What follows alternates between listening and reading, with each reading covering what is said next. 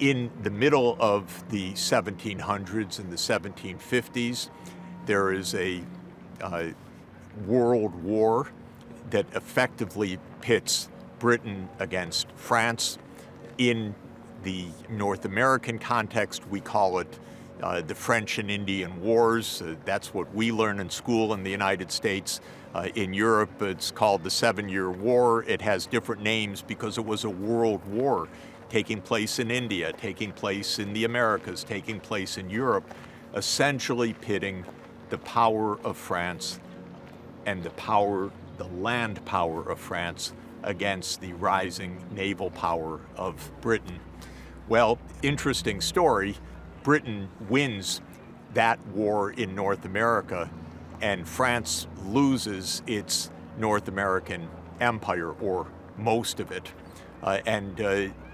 That might seem to be the end of the story, that Britain has now triumphed, but history also doesn't work like that, because it was soon after the end of the 7 Years' War, or the French and Indian Wars, in 1763, that Britain started to try to raise taxes on its own colonies in the Americas to pay for the costs of all of that war and the costs of the military protection of the colonies that would follow. And there was a tax rebellion, let's say. The colonies didn't want to be taxed. Tax rebellion, we call it the American War of Independence.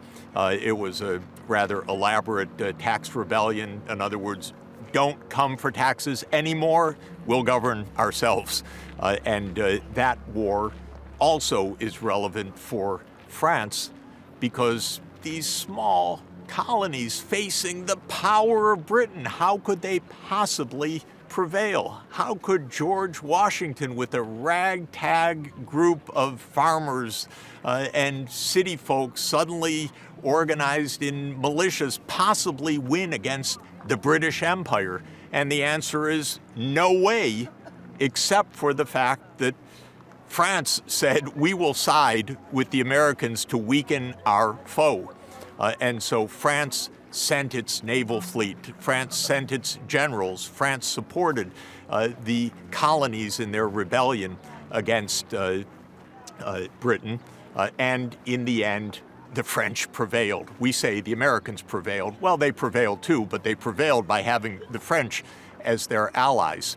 And the Treaty of Paris, which ended the Revolutionary War of the United States, signed in 1783 here in Paris, gave independence to the colonies. So that's the end of the story. France wins. Well, not quite, because that was an expensive war. France put in a lot of resources. Think today, sometimes countries spend a lot of money for someone else's war. And France put in a lot of money, and it was only 4 years after the end of the American Revolutionary War that the French finance minister told the king at the time, now Louis XVI, we need more taxes.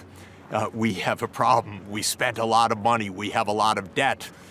We helped them win the war, the American Revolutionary War, but we took on a lot of debt to do that.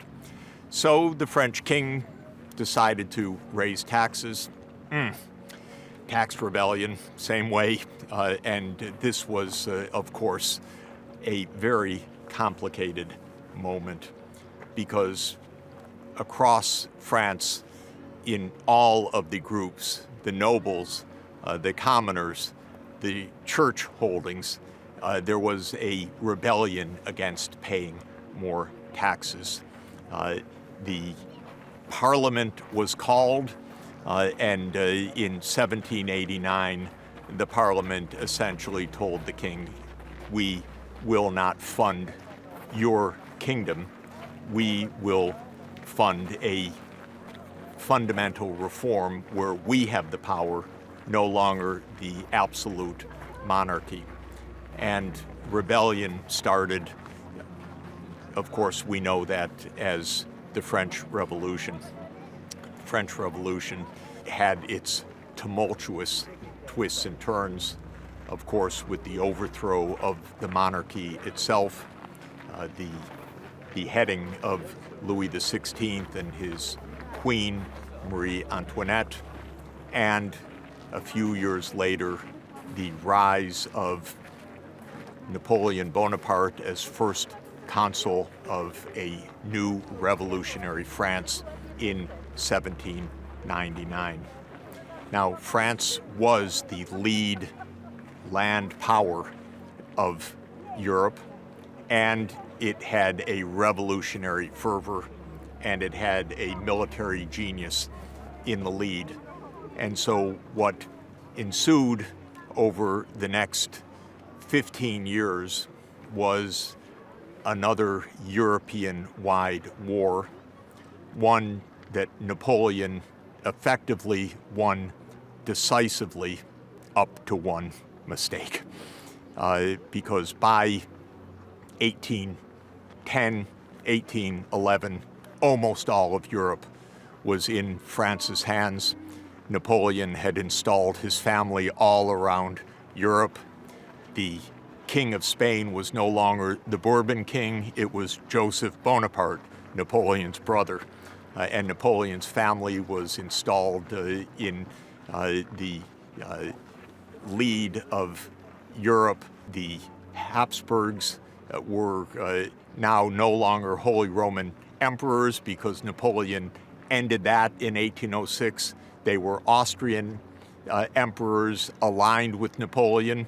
Indeed, Napoleon was married to the daughter of the emperor as his second wife, Maria Louise, and things were all going well until Napoleon decided to enforce his protectionist economic policies, trying to blockade his rival Britain, which had not submitted to Napoleonic rule, by an embargo.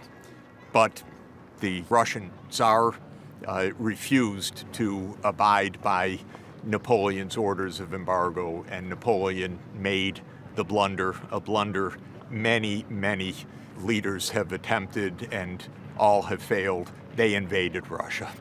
Napoleon invaded Russia in 1812, and by the end of 1812 was desperately fleeing Russia with his army completely destroyed. And by 1815, Napoleon was on his way to St. Helena in a small island off the coast of South Africa as exile. That marks really the end of the apogee of French power. France, of course, remained a powerful country and a populous and major part of the world economy. It lost its empire in North America, but it would take a new empire, the so-called Second Empire, in Africa and Asia in the 19th century. But by the end of the Napoleonic Wars, there really was a new kid in town. Not actually new, but with decisive advantage, and that was Britain. Britain would become in the 19th century what France was in the middle of the 17th to the middle of the 18th century, what Spain was in the 16th century.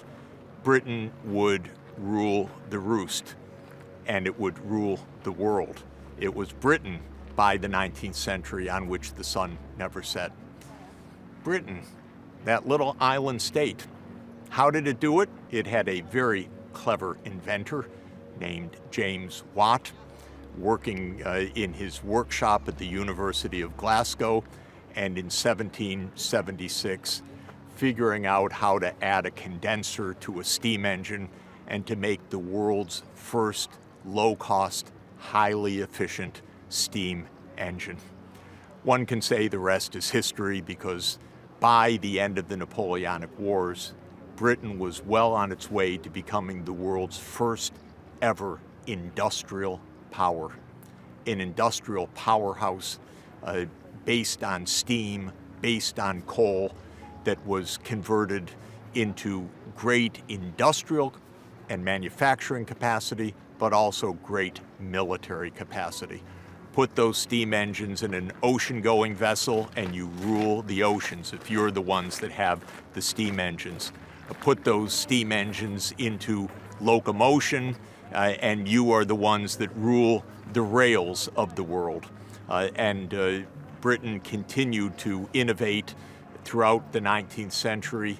Very clever people in Britain, Faraday and others, gave Britain first the telegraph and gave Britain first the electric dynamo and the inventions that would make Britain the powerhouse of the world and the empire of the world in the 19th century. Well, let's not leave Versailles too fast and leave French power. We should enjoy the magnificence of this place. It is architecturally magnificent. It also captures for us this moment of history of tremendous grandeur. And we should recall how much history has taken place here. Of course, not only the history of Louis XIV, but the history that has come later in this unique setting. It is in this place in 1871, in the most famous room of Versailles, the Hall of Mirrors, where in fact the new German state was declared after the Franco-Prussian War and France's defeat at the hands of the rising power of industrial Germany in 1870, 1871. It was in the Hall of Mirrors just a few decades later that France was victorious against that new German state in the Hall of Mirrors, where the Treaty of Versailles of 1919 was signed. Rather a disastrous treaty, sometimes known as the peace to end all peace, because we're still living 100 years later with the consequences of the nature of the settlement of the Treaty of Versailles signed in the Hall of Mirrors. This is a place where President John F. Kennedy and Jacqueline Kennedy were feted by the Sun King of the 20th century, Charles de Gaulle. Not exactly the King of France, but pretty close. He hosted President Kennedy and Mrs. Kennedy at this site. And notably, this was the site where the leaders of the Western world met in the Hall of Mirrors in 1982, when François Mitterrand invited his counterparts to meet in the G7 in Versailles. We're standing in a place of great beauty, of magnificence, of power, and of history.